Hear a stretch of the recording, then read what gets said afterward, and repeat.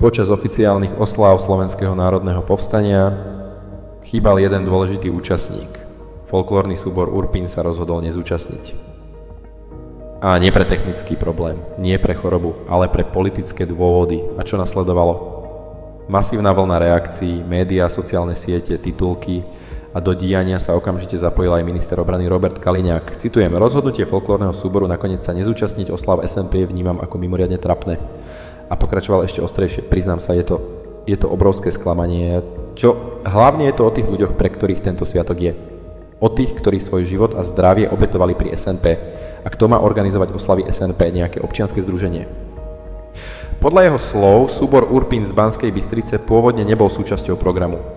Ale, a teraz prichádza zvrat, oni sami údajne prejavili záujem byť súčasťou kultúrneho programu. Doslova povedal: my sme s nimi nepočítali.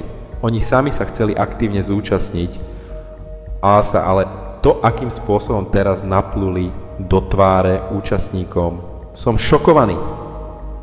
A potom prichádza tá veta, ktorá okamžite vyvolala ďalšiu vlnu diskusí. Je to paradoxné, že folklórny súbor Urpín sa chce dištancovať od SNP. Znie to neuveriteľne, ale toto nie je hoax. Toto sa skutočne stalo. Kaliňák sa pýta, čo tým chceli dokázať, toto je aké gesto. A dodáva, že oslavy SNP nie sú politickou akciou a už vôbec nie akciou strany Smer. Tvrdí: toto organizuje ministerstvo obrany a ospravedlňujem sa, že som na jeho čele. A aby toho nebolo málo, pripomenul aj situáciu z minulých rokov. Počas vlád Matoviča a Hegera boli oslavy uzavreté. Verejnosť nemala prístup k týmto oslavám, tak sme ich otvorili. Otázka však ostáva, je naozaj dištancovanie sa od účasti na oslavách SNP a politickým gestom, alebo je to práve politické vyjadrenie?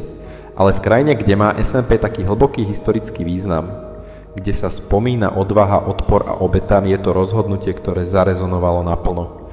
Tak čo si o tom myslíš ty?